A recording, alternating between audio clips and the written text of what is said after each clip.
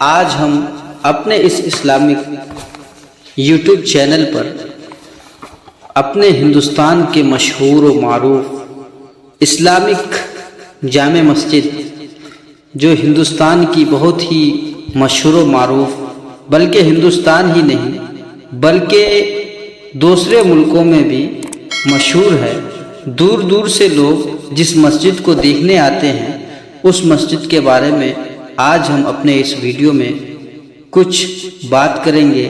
لیکن اس سے پہلے ہم آپ سے گزارش کریں گے کہ آپ ہمارے اس اسلامک چینل کو سبسکرائب کریں، ہمارے ویڈیو کو لائک اینڈ شیئر کریں۔ دہلی کی جامع مسجد ہندوستان ہی نہیں دوسرے ملکوں میں بھی بہت مشہور ہے، دور دور سے لوگ اسے دیکھنے آتے ہیں اور پرانے زمانے کے لوگوں کی کاریگری دیکھ کر دنگ رہ جاتے ہیں۔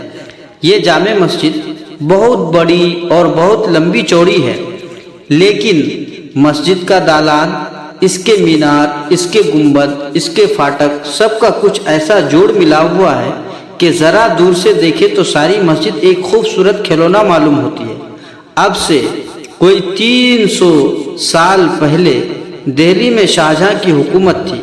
اس مغل بادشاہ کو اچھی عمارتیں بنوانے کا بڑا ہی شوق تھا۔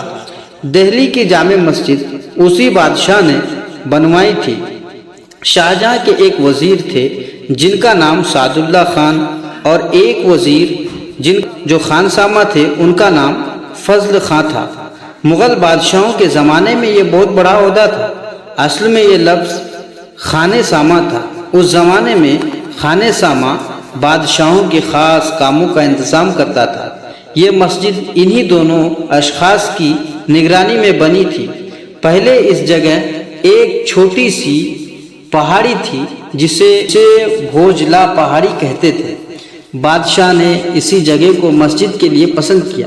کتابوں میں لکھا ہے کہ 6000 راج مستری، بیلدار، مزدور، سنگ تراش وغیرہ 6 برس تک روزانہ اس کے بنانے میں لگے رہے اور لاکھوں روپے ان کی مزدوری پر خرچ ہوئے۔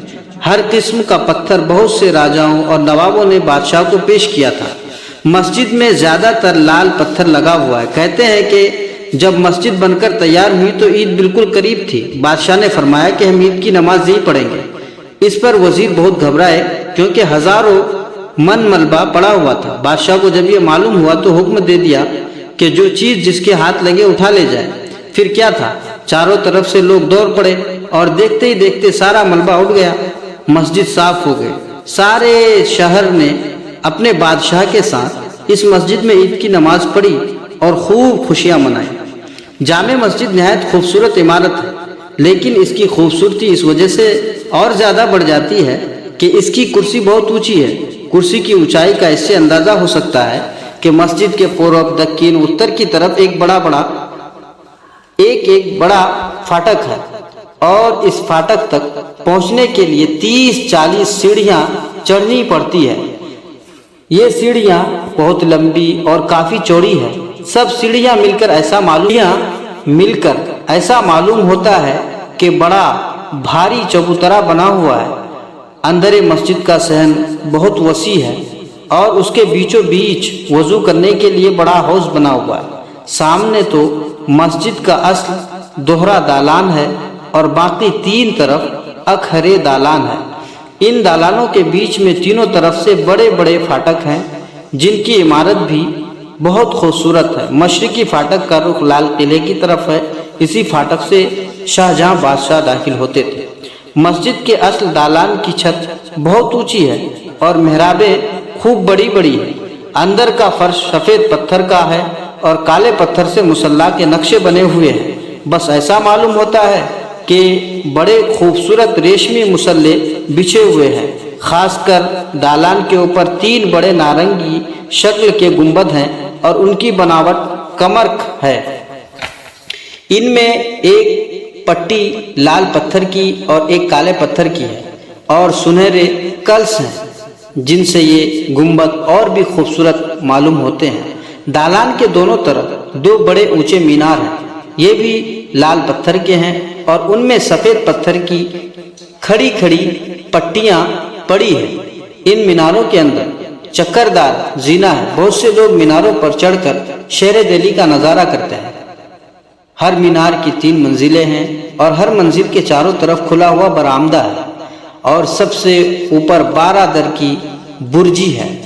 دالان کی محرابوں کے سفید پتھر پر سیاہ پتھر کے حرفوں سے کچھ اچھی عبارتیں اور قرآن شریف کی آیتیں لکھی ہوئی ہے۔ جمعۃ الوداع اور عیدین پر دور دور کے شہروں سے ہزاروں آدمی یہاں نماز پڑھنے آتے ہیں۔ مسجد، دالان، صحن، سیڑھیاں سب کھچاکھچ بھر جاتی ہے اور باہر دور تک میدان میں آدمی ہی آدمی نظر آتے ہیں۔